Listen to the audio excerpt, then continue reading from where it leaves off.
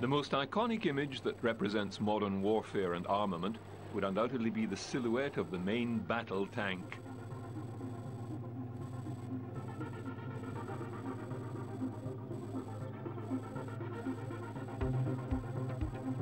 The story of armour is the one most reflecting how the advancement of technology in military affairs can seesaw from the aggressor to defender and back again in a constant one-upmanship.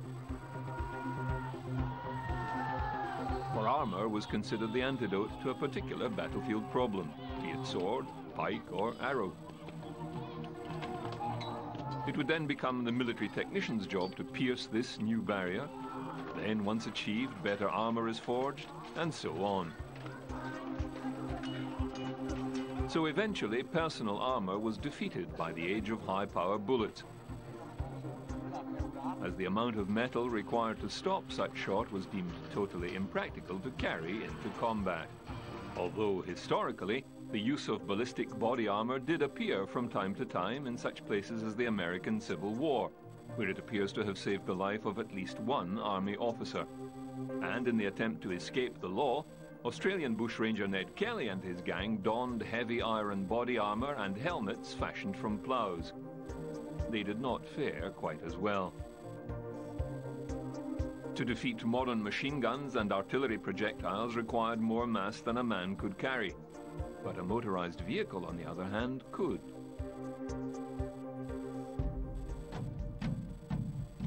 The Romans built a siege engine called the Gallery.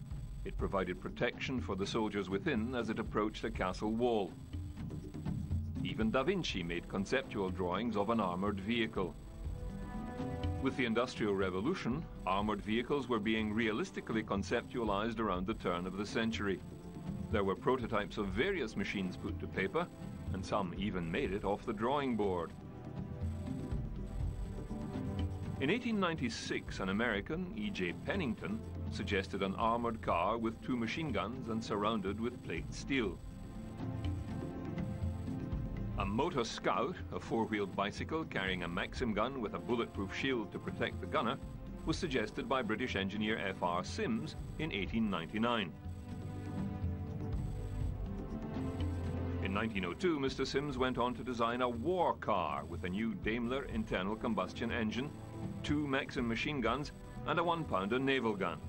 It was manufactured by Vickers and had a top speed of 9 miles per hour. H.G. Wells, in a 1903 article in the Strand newspaper, wrote about the land ironclad. It stirred people into considering land cruisers and battleships. The various technologies were available, however, just not combined in the right or practical mix. In 1906, the Holt Company of the USA fitted a steam tractor with a tracked suspension. A year later, British company Hornsby built a petrol-driven tracked vehicle in response to a request from the War Office. The following year, a Major Donahue took the Hornsby proposal and suggested adding armour and producing a gun carrier. Discouraged by bureaucratic stalling, Hornsby sold their patent to Holt. 1912 saw Australian engineer de Mul present a set of drawings to the War Department of a fully armoured tracked vehicle, as too did an Austrian, Burstein, who produced drawings of a lozenge-shaped fighting vehicle. In 1914, 3 armoured vehicles were built, based on a Rolls-Royce chassis with a Maxim machine gun mounted on a turret with 360 degrees of traverse. But an established military machine, with its corps of infantry, cavalry and artillery, could see little use in these armoured vehicles.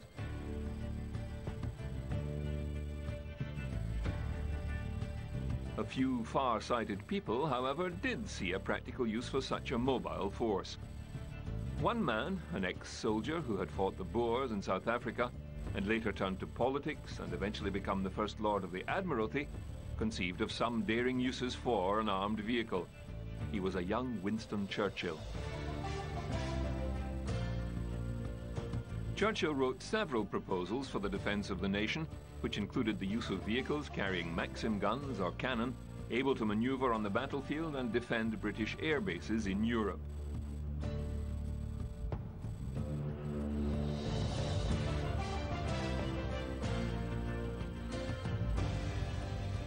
With the commencement of World War I, it quickly became apparent that military doctrine and battlefield tactics based on the past had no hope of being effective against the new weapons of war, namely machine gun, massed artillery fire, and aircraft.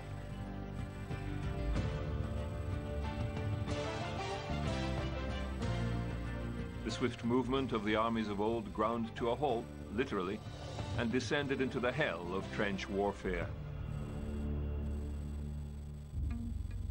For some commanders, it was a matter of relying on the old ways. For others, they were hoping for new battlefield initiatives. Perhaps technology would change the balance.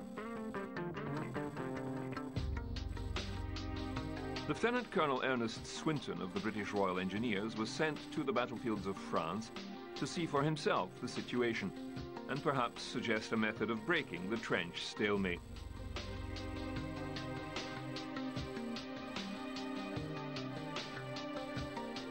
Swinton had seen exactly the same conditions some years earlier in Manchuria during the Sino-Japanese conflict. They had used new weapons with old tactics and had also ground to a halt. Swinton had suggested back then that a method of breaching the trenches needed to be found, perhaps with an armoured caterpillar with a halt track mechanism.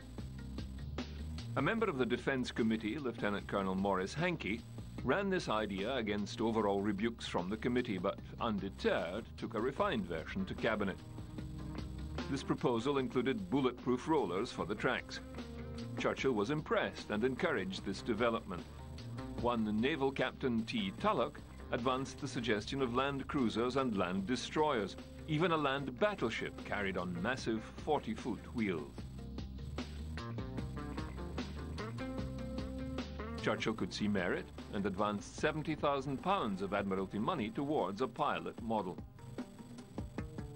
Little Willie was conceived and built with Maxim machine guns and a 57mm naval cannon, and a suspension track system developed by Wilson.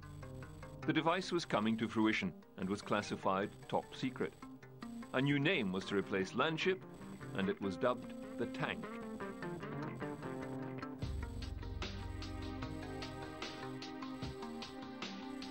Churchill continued to develop his thoughts on the tactical methodology of this new weapon.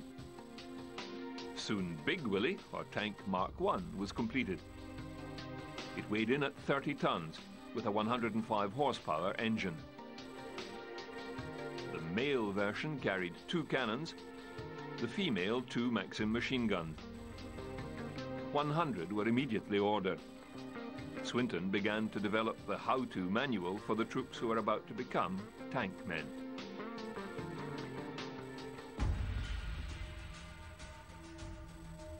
General Haig needed all the help he could get on the Somme offensive and eagerly accepted 50 tanks with only partially trained crews.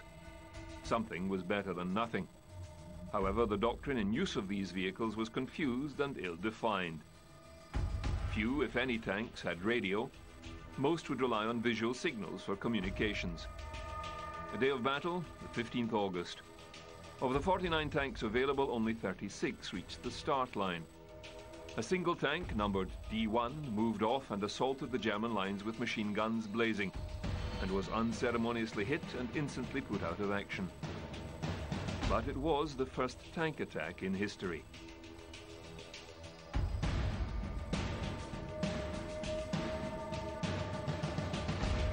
A second front of tanks moved ahead with greater success. Tank number D16 moved into the small town of Fleur, followed by infantry. 3 battalions of Germans fell. Another tank, D5, late into the action due to mechanical trouble, punched straight through the lines and on to the enemy artillery placements. A duel ensued, tank versus artillery. The tank did well until it had to withdraw when it was hit and set alight. Individual tanks did achieve a lot, but their unreliability and eventual vulnerabilities seemed to tarnish them. However, some believed if they were to be used together in a larger formation, more could be achieved. Besides, the infantry who had ventured forth with the tanks knew immediately they would rather be with them than without, particularly when crossing no man's land.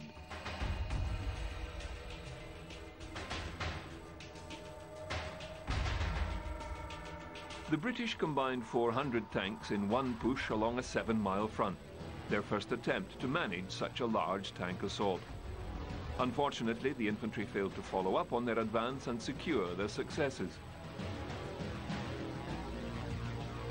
Even by 1918, towards the end of the war, tanks had been used haphazardly and not used in any defensive role.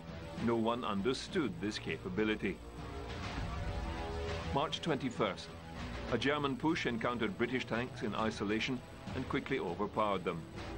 It was then towards the town of Vauvaucourt that a group of 30 British tanks were able to slow the German advance. But German forces had made a breakthrough. With no infantry immediately available, 12 newly arrived Whippet tanks were raced to the scene. They attacked headlong, halting the German advance until infantry could secure the battlefield. 5 a.m. on the 11th of April. 3 mail tanks await with infantry outside the town of Monchy-le-Preux. The promised artillery barrage has not materialized. The crouching infantry sensibly refuse to move forward into the German machine guns. The 3 tanks cannot retreat from their redoubt as they would be picked off in the daylight by artillery. There is only one way to go, forward, and assault the 200 entrenched Germans on their own. They advanced, the terrified Germans ran, and the town fell without a fight. The tanks rolled through the village and out the other side. The Germans regained their composure, realized there was no infantry following the tanks, and moved back into the town. The 3 tanks turned and had to attack all over again. This time they are hit with everything the Germans have, including armor-piercing rounds. Soon one tank is afire, a second is hit, but the crew keep firing until they are destroyed. The 3rd tank was gaining the upper hand when the delinquent artillery barrage finally arrived, destroying the town, the Germans, and the last surviving tank. This was the first time tanks had assaulted alone, and with great success.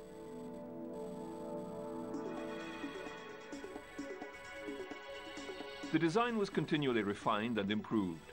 The Mark III was a training tank, Mark IV with increased armor, and the fuel tank relocated to the exterior and rear of the tank to increase crew survivability. Engines and transmissions designated for the newer Mark V model had become available and put into the improved Mark IV. It also had improvements made to its firepower, 2 6-pounder cannons and 4 machine guns. The Mark V was adapted to negate the Hindenburg Line, which the Germans had recently modified. They had dug trenches wide enough to stop these new English tanks.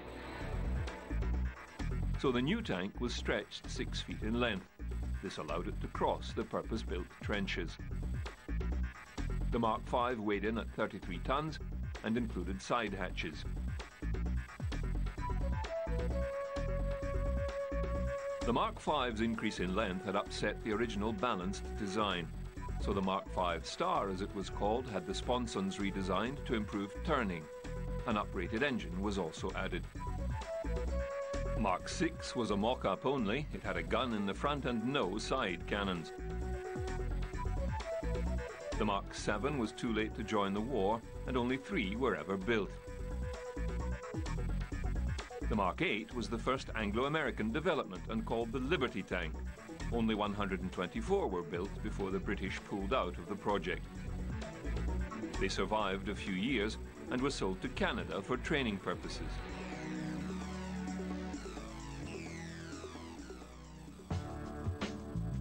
The French commanders of 1917 needed no convincing as to the effect of tanks and set about immediately building their own. Orders to manufacturers totaled 800 small tanks based on a Holt chassis, an armored box surrounding a 75mm cannon. The Renault FT was born.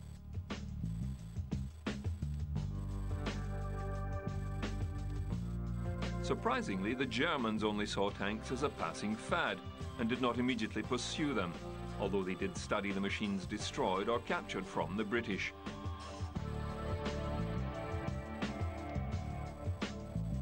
16th of April 1917, the French assembled 180 of their own and British tanks for an assault.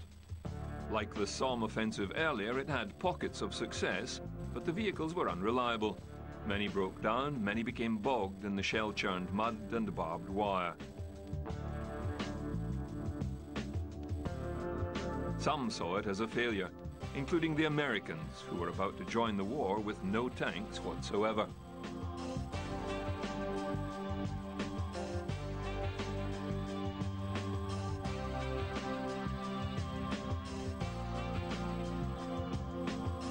Tank crews and commanders were learning little by little.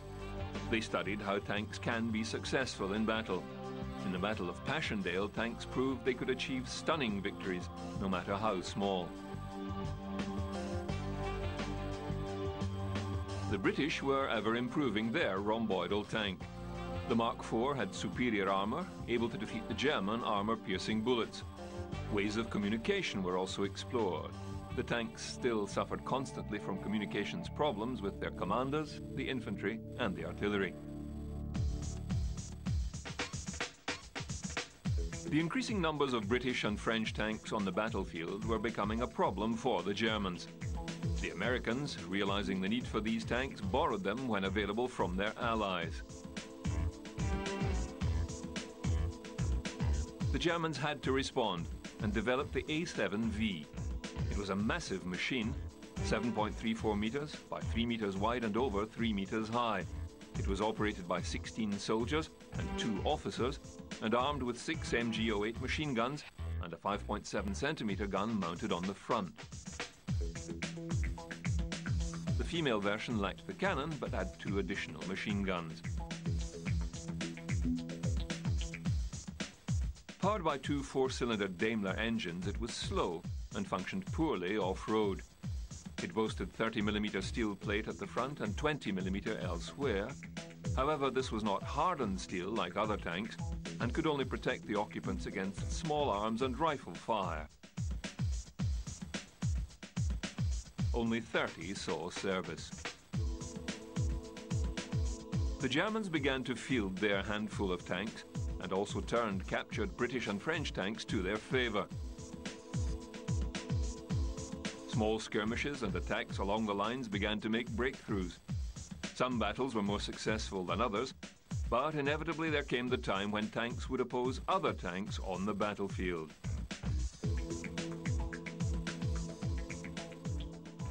April 24th, 1918, near Villers-Bretonneux.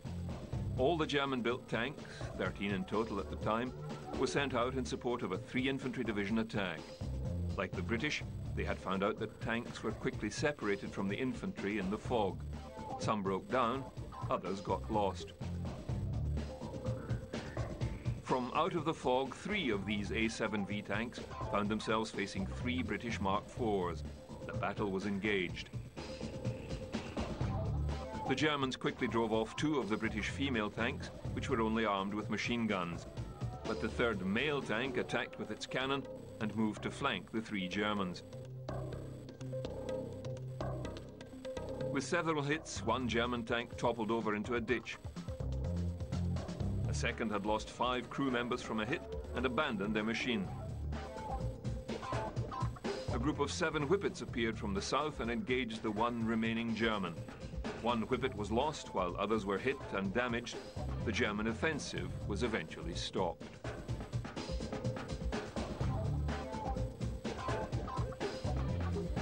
By the end of the First World War, the military value of the tank drew mixed results. For some, they were ineffective, expensive, and unreliable. But for others, they were seen as the future of land warfare. New designs, new tactics, and doctrines would see them become the linchpin of modern warfare.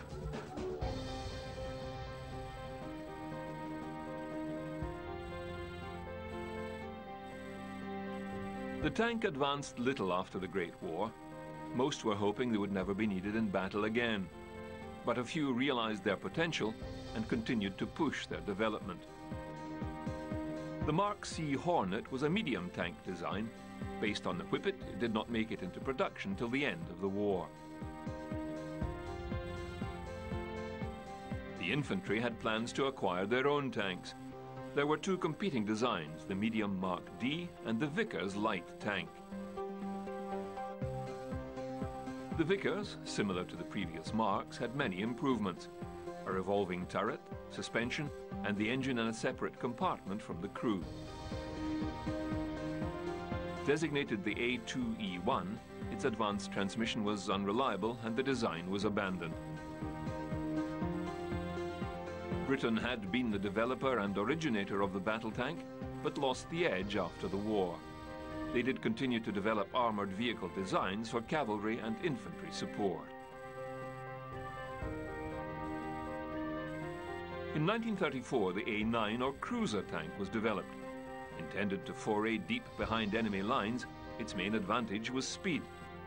125 were put into production with various manufacturers. It could attain speeds up to 40 kilometers per hour. Its chassis would go on to be the basis for the more heavily armoured Valentine model.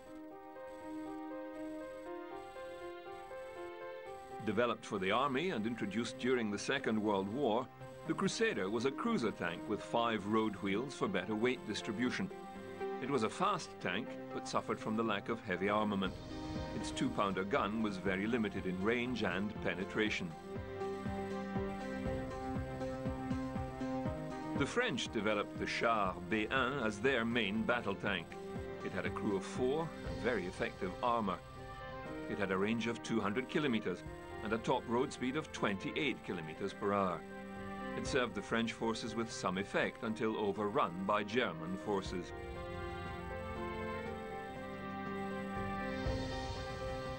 In 1922, the Russians, looking for new tank technology, turned to the Germans for assistance. They traded secret facilities for German know-how. By 1927, at Kazan, a tank training school was opened. There, new tank designs and tactics were studied in great depth.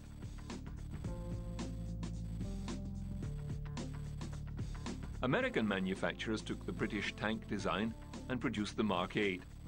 Armed with 2 6-pounder cannons and 30 caliber machine gun, it had a crew of 11, a range of 50 miles at 6.5 miles an hour. They also took the French Renault FT-17 design and produced their own. The first all-American design tank was the Ford 3-ton M1918, a 2-man vehicle with a top speed of 8 miles per hour. 15 were built and 1 sent to France for evaluations. The war ended before it could go into mass production. They explored other designs in 1922, and through that decade the T2 and T4 models. For various reasons, none went into production. The T-28 was classed as a super heavy tank destroyer weighing in at 95 tons. Only 2 were built. In 1928, a maverick tank designer, J. Walter Christie, put forward a chassis design that would allow a 9-ton tank to travel at speeds up to 30 miles per hour. His design was utilized in most of the succeeding tank models until 1944. It was the Second World War that quickly became the Tank War. Mechanized infantry, fast-moving artillery and aircraft all contributed to a fast, mobile and brutal war. Strike at his city. The tank was in the forefront of strategic and tactical thinking on every battlefield. The German doctrine on the use of tanks was well developed. Their attention to armor protection and firepower was superior to most other tanks. However, it came at the expense of speed and reliability. Tank production suffered. For example, in 1943, the US built nearly 30,000 tanks, Britain built 7,476, but Germany, with the increase in materials and precision construction, could only output nearly 6,000. The Soviet Union constructed an estimated 20,000 per year.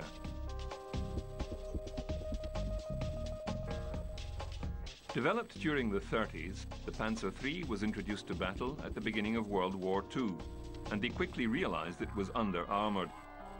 It was upgraded to 30mm hardened steel plate and gained a second 30mm plate front and rear. This made it impervious to British and Soviet anti-tank weaponry except at close range. The model's main armament was also upgraded as new opposition armour appeared throughout the war. The model was withdrawn from main service and redesignated to a support role, placing the Panzer IV as main battle medium tank. Designed originally as an infantry support tank, it took on the main anti-armour role as the Panzer III was pulled from that service. Over 8,800 were produced and exported to other countries. The British had continued developing their tank designs. The Matilda was one. Nearly 3,000 were produced, the A11 model only armed with machine guns. The later model, A12, sported a quick-fire 2-pounder tank gun. Introduced in 1937, it saw service through the war. The Valentine utilized design elements of the A10 tank's suspension and transmission, but was lighter armored than the Matilda, but matched it for speed. Initially considered too small and cramped, it was eventually accepted after the British Expeditionary Force was evacuated from Dunkirk with the loss of all their equipment. It was a successful infantry support weapon in desert warfare. It was also utilized by the Red Army as a light tank. The Churchill was known for its effective armour and good off-road capability, and its chassis was the basis for many variant and specialist vehicles. It was, however, undergunned with a 2-pounder cannon. Attempts to improve this with a 3-inch howitzer did not fare too well. It was almost shelved, but an improved version, the Mark III, went into battle in North Africa and proved its capability to survive numerous direct hits from German guns. The Mark III also fielded a 6-pounder gun on an improved turret design and is credited with knocking out a Tiger tank.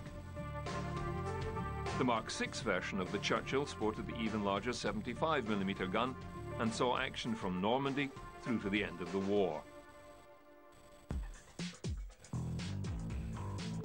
The Cromwell was a cruiser tank based on the Crusader and replaced the American Sherman tank in some quarters and was the fastest of all British tank designs. It was improved over time with a new power plant. The Comet I A34 was an advance on this design and incorporated an improved cannon. The Comet went into action in the final months of the war. The British also took on American tanks like the Stuart, the Grant, and the Sherman.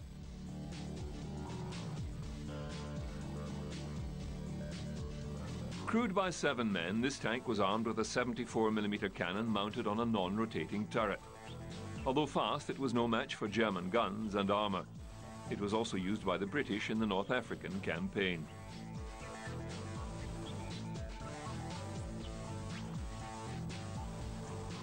A very versatile tank, it was mass-produced by Chrysler and constituted 65% of the tanks produced during the war. Developed from the M3, it had a rotating turret with a 75mm cannon. By war's end, there were 18 models or variants in action. It saw service in every theatre of the war.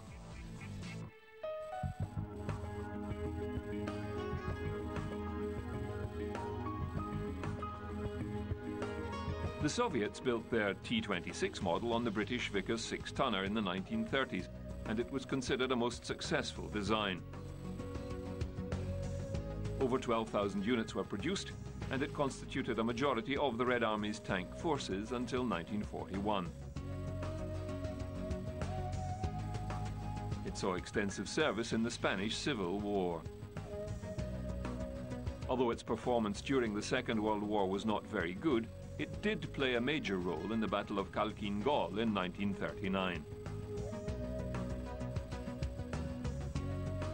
The Soviets developed the cruiser tank, the BT, early enough to see service in the Spanish Civil War and the Winter War with Finland. Utilizing the Christie suspension system, they were lightly armored, but carried a 45mm tank gun. Its design led directly to the development of the T-34 model. Produced between 1941 and 1958, it was considered to be the world's best tank during World War II. Although better armor and armament would surpass this model, it was the most influential in the outcome of the Soviets' war with Nazi Germany. In more recent times, the vintage T-34 has been given full honors, as the Russian military and war veterans paid tribute to the tank that turned the tide of war and saved them from defeat. Over 60 years ago, the Red Army began a counterattack against Nazi forces which had pressed their way up to within firing range of Moscow. The most powerful weapon on the field of battle was the new T-34 tank. It was almost invulnerable to the standard anti-tank guns, and its cannons outshot the opposing Nazi machines. Only about 35 tanks were outside Moscow, enough to turn defeat into victory. They eventually faced off against superior Nazi tanks, the Panther and Tiger. But by then there were around 1,000 T-34s, and they swept the field.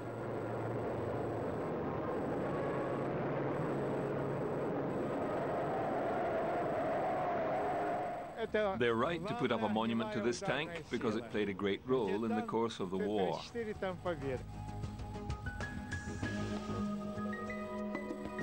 The Soviet Union lost nearly 26 million people in World War II, more than any other nation. When the Germans engaged the Soviet T-34 tank in June 1941, they were immediately impressed by its design and capability. The sloping front armor could deflect a hit much more easily. Wider tracks and larger road wheels gave it better mobility, particularly in snow and mud. The Panzer V, or Panther, was specifically designed to counter the Soviet T-34 tank and replace the older Panzer II and IV, although they remained in service as well. The design was completed quickly and rushed into production. With a lack of machine tools and materials, delays and reliability issues slowed its progress. The armor was slanted at 55 degrees to the front, with plates 80 millimeters thick. Very few Allied weapons could penetrate this shield, although the Panzer V had relatively thin side armor to compensate for its excessive weight, and this proved to be one of its few vulnerable spots. It was armed with the 75 millimeter gun. Whilst an average caliber, the gun had a large propellant charge and longer barrel, providing higher muzzle velocity. The flat trajectory aided in targeting enemy tanks.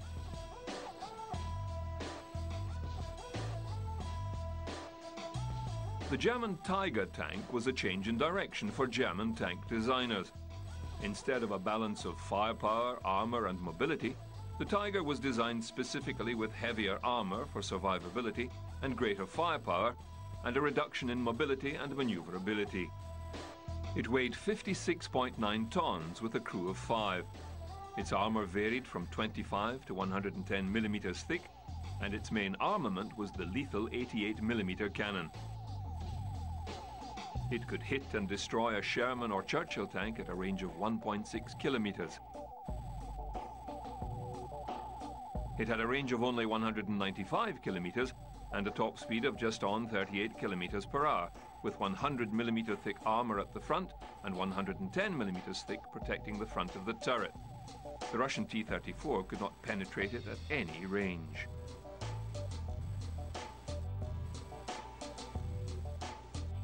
Because of its weight, the tank could not cross many bridges, so it was designed to ford rivers up to 4 meters deep with a complex snorkel and air intake system.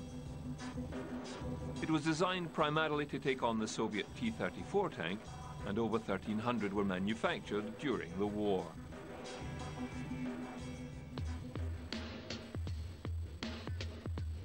The Tiger II had several names: the Bengal Tiger, the Royal Tiger, and the King Tiger. It took the design path of the first Tiger model, but utilized the improvements of the Panther to increase its formidable performance. Its front armor varied from 150 to 180 millimeters thickness. With a deflective angle taken from the Panther, the American M4 Sherman tank could not penetrate it even at point-blank range. It weighed 69 tons with a crew of 5. It was armed with the 88mm L-71 gun and capable of speeds up to 41 kilometers per hour and a range of 170 kilometers. Only 487 were built due to the ending of the war. Its one flaw, like other German tank designs, was a shot trap below the curved front turret.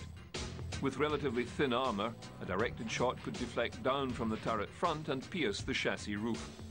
This was countered with a new turret design with a flat face for the later models.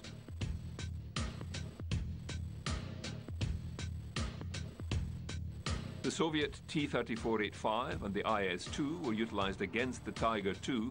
They were effective only at close range. The Tiger II saw action in Normandy and the Eastern Front and in the streets of Berlin.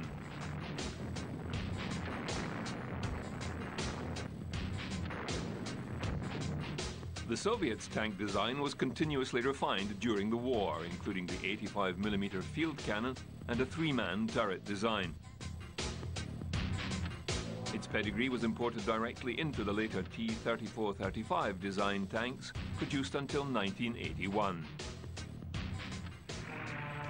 The power and versatility of the main battle tank was now forever enshrined in military lore. Tank design and improvement continued on after the hostilities ended. The new threat of a massive Soviet tank force in Europe was glaring at the Americans and their allies. The M41 Walker Bulldog never saw combat service with US forces, but was in action with South Vietnam forces. With a 76mm cannon, it fared well against its Russian opponents, although it was renowned for its high rate of fuel usage and noisy engine. To counter the massive Soviet tank forces in Europe, the M48 Patton was put into service. It had a computer fire control system, the most advanced at the time. However, this was set up for mid to long range engagements, as would be found in the European battlefield against Russian tanks. When it was put into service in Vietnam, this proved a hindrance, as most engagements were close combat in dense foliage. A highly trained and well-equipped North Korean army swarmed across the 38th parallel to attack unprepared South Korean defenders. Caught off guard, they were all but overwhelmed until the United States... As a stopgap at the beginning of the Korean War, several M4 Sherman tanks were modified and sent from Japan to the 89th Tank Battalion. The fast-moving tank fared well against the North Korean Russian tanks. These upgraded M4s were replaced with the M26 Pershing. This main battle tank first saw service towards the end of World War II at Remagen in Germany. Weighing 45 tons and armed with a 90mm cannon, it was well matched against the German tanks. It also saw service in Korea against Soviet tanks. A total of 2,400 were produced. The M26 was the basis for several other tank designs, including the M45 with the larger 105mm gun and the M46 with a larger power plant. First introduced in 1960 and fitted with the 105mm gun, the Patton weighed over 50 tons and 15,000 were produced. It first saw action in the service of the Israeli forces in the Yom Kippur War. They also appeared in the first Gulf War of 1991, when 210 tanks spearheaded the Marine forces into Kuwait. The M551 Sheridan was a light tank design with its main armament a guided missile system. It saw service in Vietnam, Panama, and the First Gulf War.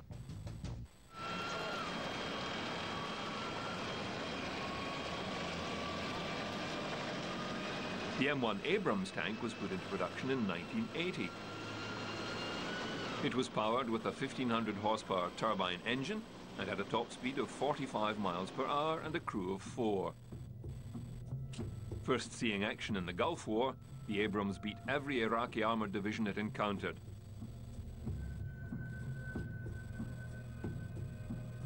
The Abrams is improved with a more powerful 120mm gun, better armor and suspension, including better NBC protection.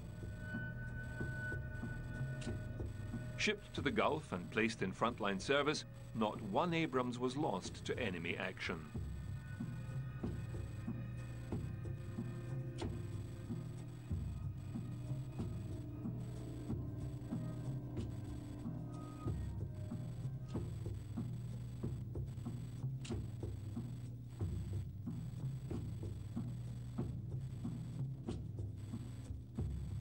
The British Chieftain tank went into service in 1966 and featured the heaviest armour and most powerful gun at the time.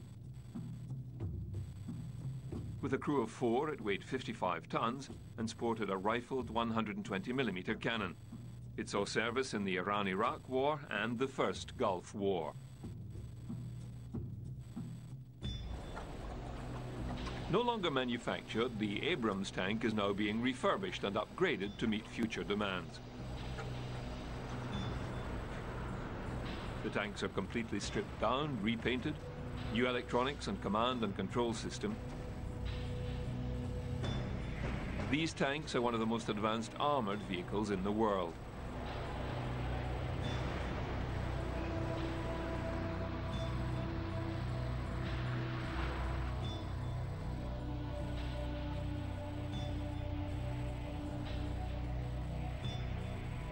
The German Leopard tank was introduced in 1965.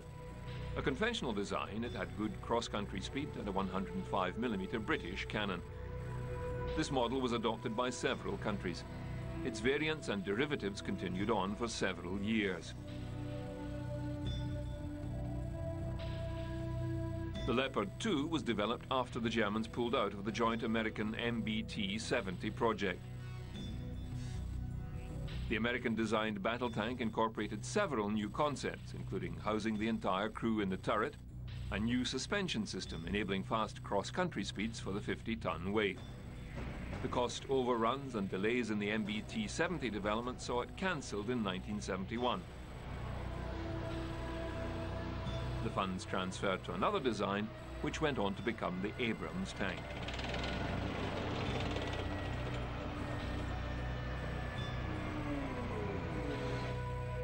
The Leopard 2, however, became a success.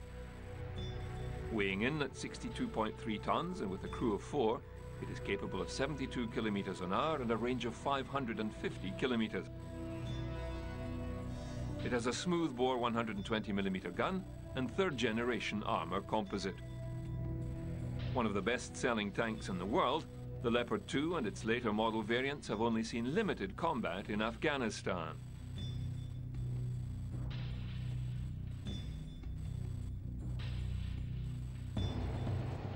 The British Challenger tank took over after the Chieftain line of tanks in the mid-1980s, the most advanced feature being its Chobham armour, which was adopted by the American Abrams design.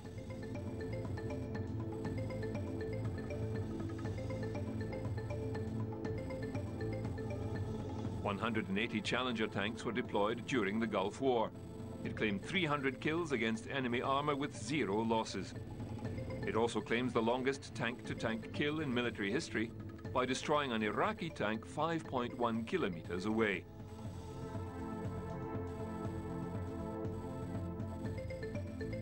The Challenger 1 has been replaced with the Challenger 2 model. A redesign of the first, it includes second-generation Chobham armour called Dorchester and is advertised as the most reliable main battle tank in the world. Having seen service in Bosnia, Kosovo and Iraq, the Challenger 2 is the only tank not lost to enemy fire, although one was destroyed by friendly fire from another Challenger 2 tank.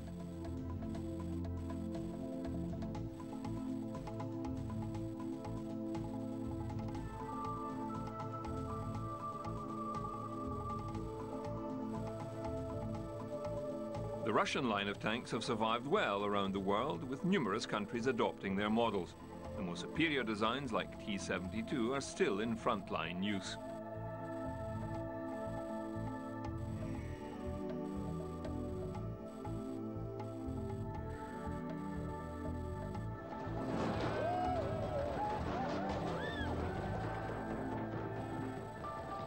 Not unlike what happened between the world wars of the 20th century, With the fall of the Soviet Empire, military and political strategists began to debate the use of main battle tanks.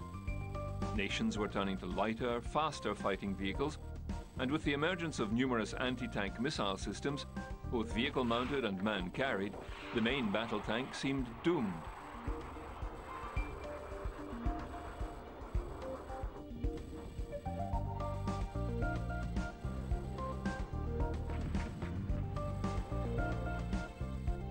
However, ex-Soviet manufacturers began selling their wares to other nations.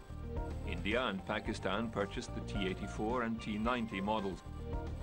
Ukraine manufacturers are also selling designs capable of firing the new NATO ammunition and anti-tank guided missiles through the same gun barrel. The Russian Black Eagle is the latest model, based on the T-80 hull with heavier armor and new turret and gun design. A later prototype sports the new 152mm gun. The turret has also been separated from the ammunition storage, allowing for greater survivability of the crew.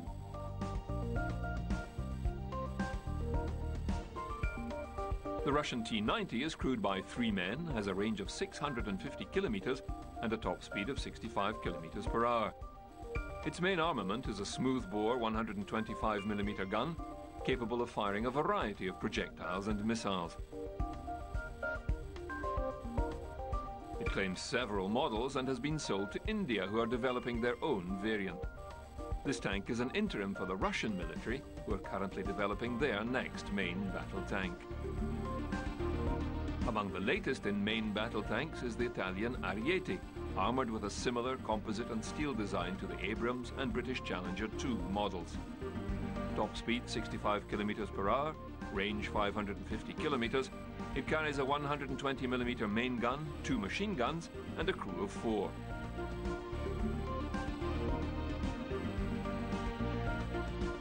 Low profile and high speed are the indicators for future design. Wheeled prototypes are in trial.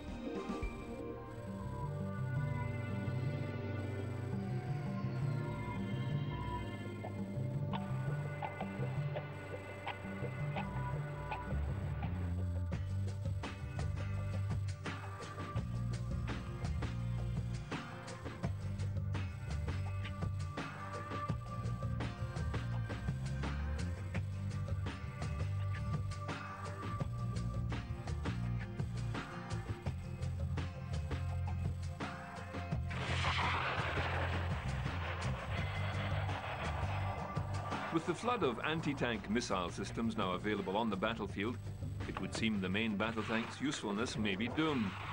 However, 2 developments in recent years that are in use and being further developed are reactive armor and active missile countermeasures. With these, the modern tank can resume its command of the battlefield.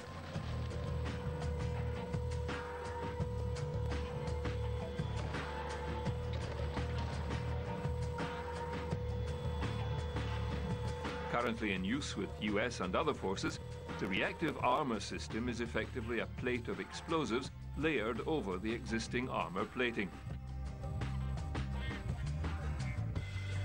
When struck, a section of plate explodes outwards, countering the kinetic force of the incoming explosive, neutralizing its effectiveness.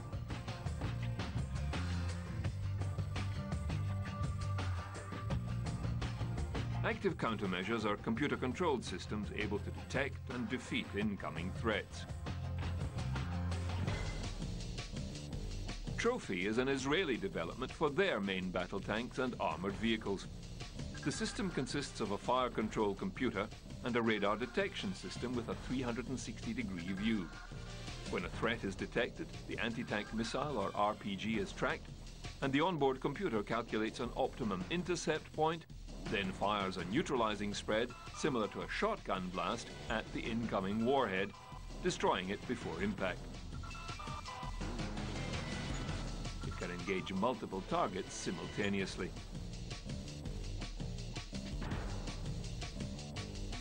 This system is being upgraded to include a reload capability and the ability to intercept kinetic energy projectiles like the tank-fired Sabo round.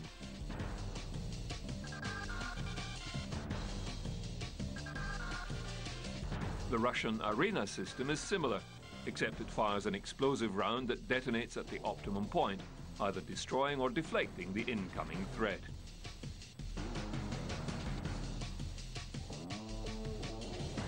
Metal Storm's Redback weapon system is another capable of defeating multiple incoming missile threats from multiple angles.